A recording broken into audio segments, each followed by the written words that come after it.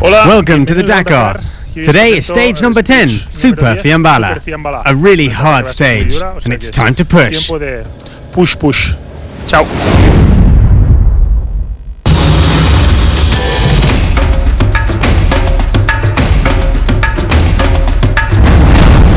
Bumps, lumps, and a horrible hump day for Peugeot.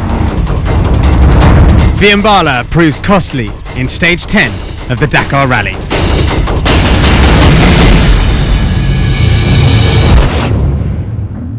You start early today, eh? Historically, the Dakar starts with its classes divided. The bikes run with bikes, cars with cars, and so on. Today, the Dakar organisers decided to spice things up a bit with an event we call the Super Fiambala. The start list will mix all four classes together in an assault on the dunes.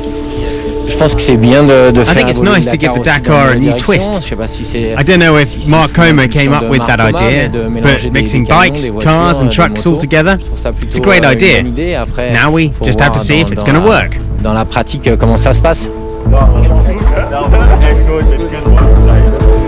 Most of the guys, they go faster, so I don't think we will see the guys in front of us.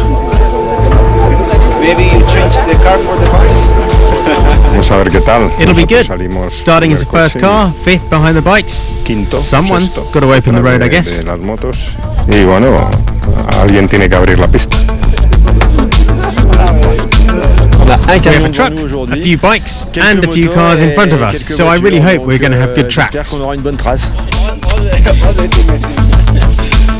I start off first in front of the cars, so hopefully a car doesn't catch me. If a car does, then I think I must have had a bit of drama and a bit of trouble for the day, I think. Whatever happens, it's going to be interesting, as all the competitors set off as one into the dunes of Fiambala.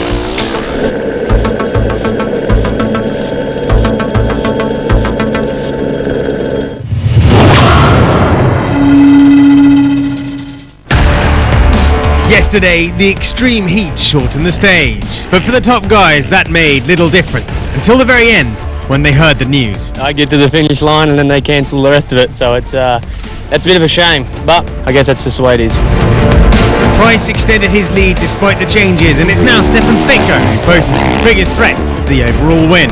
Honda have a new star. Ricky Brabec roared through the sands to second, pushing all the way. It was hard on the bike, hard on the body, because of the heat, your body it drains itself. Kind of like where I race at home, so I think I gained up some time on there.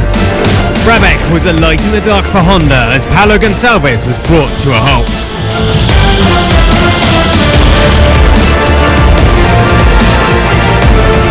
We do our best every day, and sometimes it's not enough. With the stage stop, Gonçalves has a lifeline, but can he fix what the Dakar has broken? With the help of his teammates, Gonçalves made it just to the marathon bivouac in Fiambala.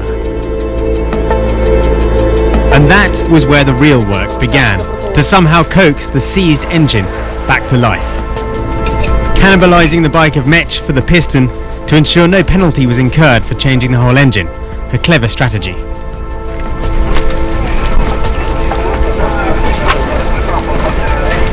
Since last year, we've prepared for the marathon stages, and all year we've been always working on our bikes, and now we had the experience to fix them. Time ticked on, but as the sun set, the bike sprang to life, and Gonçalves began to think of the days to come. I've had help from two guys from the team and Mario Petrao, working all the afternoon, and now it's 9 at night. We don't know what time we might have lost, but we'll keep fighting, because fighting is really all we can do.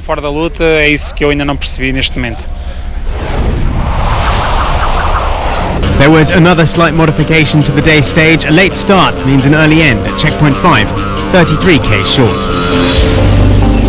And here's a rider with some big pedigree behind him in his first Dakar, Armand Monleon, a rider in the Marc Konya Junior team since 2007. He's been touted by the Spanish press as Coma reborn. Maybe not yet though. 9th yesterday, only 19th today.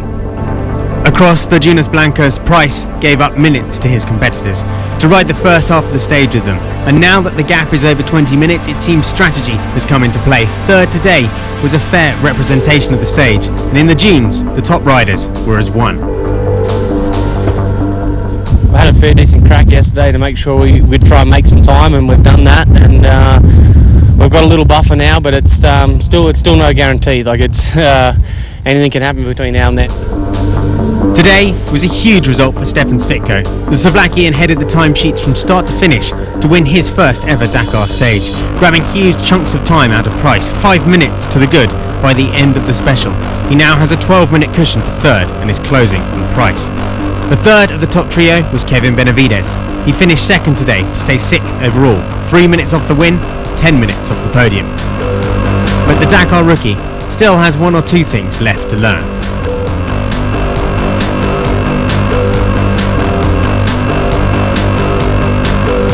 Laia Sanz had a rough day. This crash left her with a damaged radiator. And from then on, she had to stop to refill with water from supporters on the side of the dunes.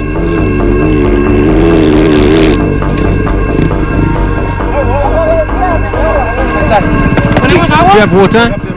Because it's getting hot, but the rest is okay. Somehow, today, she made it to the end, but lost time finishing 35th, an hour and a half down. A rough day for Laia Sanz.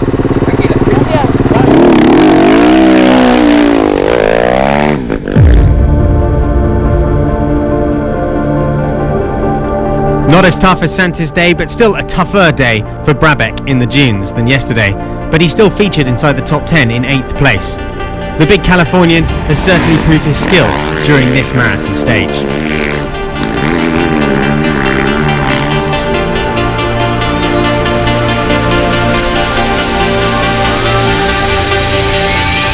Just ahead of the Honda and just behind the KTM of Mio came Helder Rodriguez. His handlebars bent back into shape after a fall yesterday, but his body was too sore to push hard. 7th per day keeps him 7th overall, the Yamahas running together.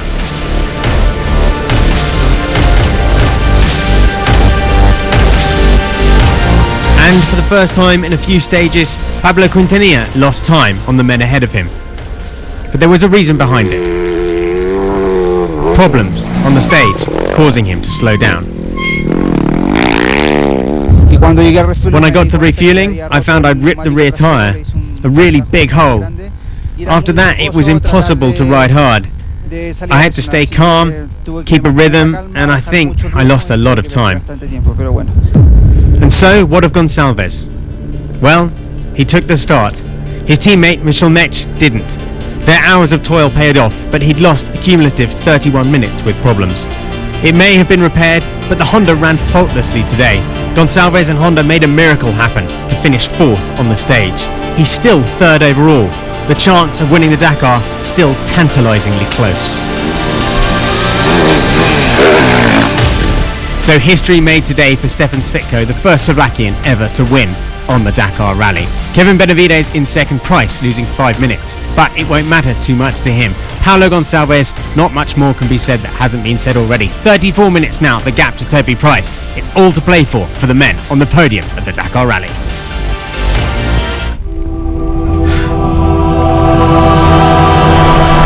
Today in the quads, South African Brian Baragwanath spent his day more than matching the pace of the Patronelli brothers. Baragwanath set the fastest time at all of the checkpoints. 8th overall after stage 9, he's moved up 3 spots today.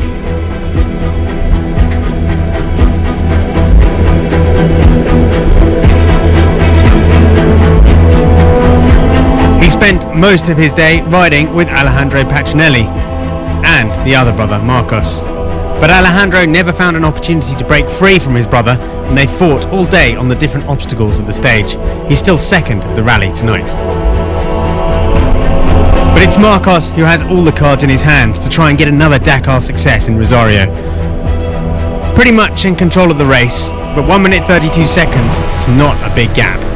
Karyakin paid for his bad day yesterday by running the dust of trucks today. 4th on the stage, 4th overall. Not a lot of gap to the podium. Lucas Bonetto just needs to hold it together to get to Rosario.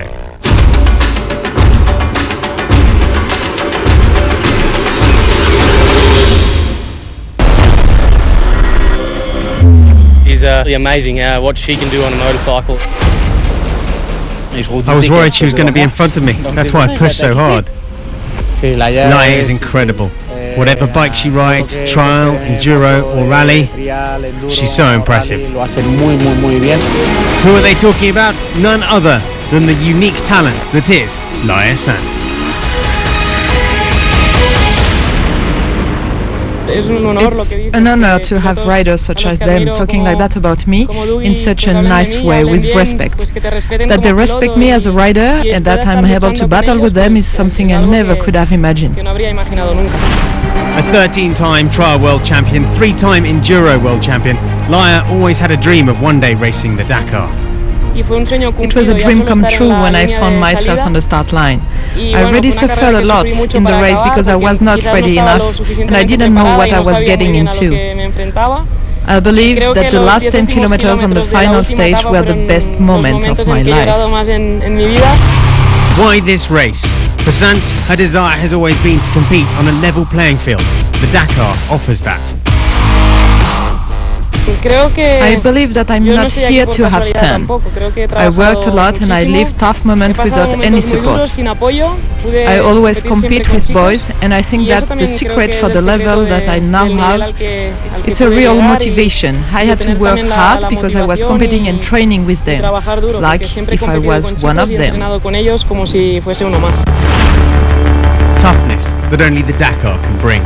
Sanz has shown that this year, bouncing back impressively fast from nasty spills. I think my race looks tough because I think that I was only key because the two crashes I had this year. One was in an area we knew was really tough. Each time have been filmed, so it looks like I had a crazy race, but I think it's a rather calm rally and a pretty safe. It seems history is made wherever Laia goes. Speed, talent and a lot of work has gotten her into the top 10 of the toughest race in the world. For me, the 9th place in the last Dakar was like a victory. I was probably as happy as Mark Coma when he won. But she's not done. The learning curve is still steep. There's no doubt that Laia Sanz is still firmly in the ascendancy in her Dakar story.